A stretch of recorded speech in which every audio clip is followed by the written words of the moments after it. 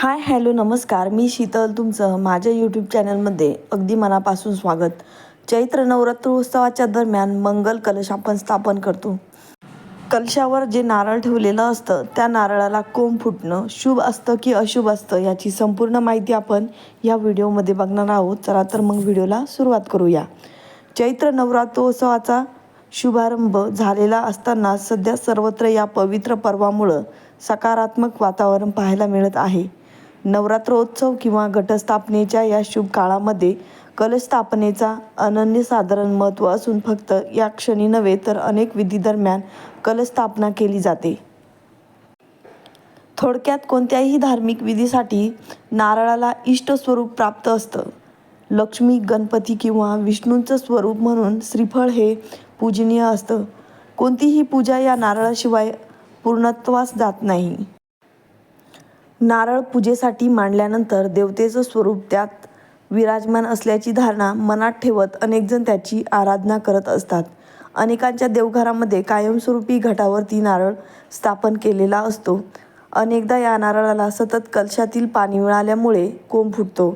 अनेकदा हा कोंब मोठा होऊन त्यातून चक्क नारळाचं रूप उगवण्यासाठीही सुरुवात होते. नवरात्रात असो किंवा इतर कोणता दिवस नारळाला कोंब फुटणं अतिशय शुभ संकेत मानला जातो. कोणत्याही ठिकाणी कोणत्याही स्वरूपात एका नव्या जीवाची आयुष्याची सुरुवात होणं हे सात्विक आणि सकारात्मक ऊर्जेचं प्रतीक आहे. अध्यात्मामध्येही नारळाला कोंब फुटण्याच्या क्रियेकडे कमालीची ऊर्जादायी आणि सकारात्मक क्रिया म्हणून पाहिलं जातं. ही प्रगतीची चिन्हही समजली जातात. त्यामुळं नारळाला कोंब फुटणं हे शुभसूचक असल्याची अनेकांचीच धारणा आहे. काही संदर्भानुसार नारळामध्ये लक्ष्मीचा वास असल्यामुळं नवरात्रोत्सवादरम्यान किंवा एखाद्या शुभ प्रसंगी नारळाला कोंब फुटणं म्हणजे साक्षात लक्ष्मीचा वरदहस्त मानला जातो.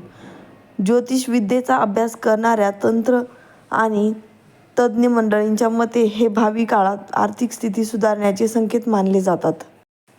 पौराणिक कथा आणि धारणांनुसार नारळाचं रोप विष्णू आणि लक्ष्मीनं पृथ्वीवर आणलं होतं. सोबत होती कामधेनू. नारळाच्या वृक्षाला कल्पवृक्षही म्हटलं जातं. असं असल्यामुळे नारळात कोंब येण्याचा संबंध साक्षात विष्णूंच्या आशीर्वादाशी जोडला जातो. कलश ज्या श्रद्धेने स्थापित केला जातो त्याच श्रद्धेने विसर्जन आवश्यक आहे. जर तुम्ही नारळ काढले किंवा चुकीच्या पद्धतीने वापरलेले तर त्याचा अपमान होतो आणि नवरात्रीमध्ये केलेल्या पूजा आणि उपवासाचे फळ मिळत नाही. स्थापित केलेल्या नारळाकडे दुर्लक्ष करू नये, कारण नवरात्र संपल्यानंतर अनेकजण चुकीच्या पद्धतीने वापर करतात. असे केल्याने त्यांना 9 दिवसांच्या उपवासाचे फळ मिळत नाही. कलशावर ठेवलेल्या नारळावर देवीचा विशेष आशीर्वाद असतो. अशा स्थितीत नवरात्रीनंतर हा नारळ लाल रंगाच्या कपड्यात गुंडाळून पूजेच्या ठिकाणी ठेवावा. असे केल्याने देवी प्रसन्न होते आणि भक्तांच्या मनोकामना पूर्ण होतात. नवरात्रीमध्ये कलशावर ठेवलेला नारळ 9 दिवसांनी विधीनुसार काढून टाकावा. त्यानंतर तुम्ही तो नदी किंवा वाहत्या पाण्यात विसर्जित करू शकता किंवा प्रसाद म्हणून वाटून स्वतः देखील खाऊ शकता.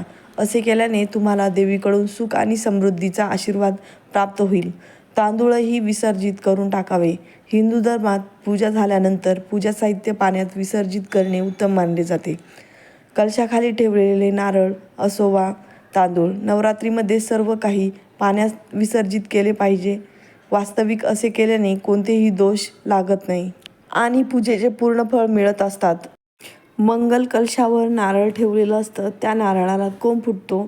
तो शुभ असतो की अशुभ असतो आणि मंगल कलशावरचं नारळ आपण काय करावं याची संपूर्ण माहिती मी या व्हिडिओमध्ये सांगितलेली आहे.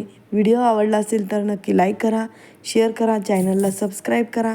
असेच नवीन व्हिडिओ घेऊन येऊ. तोपर्यंत बाय बाय.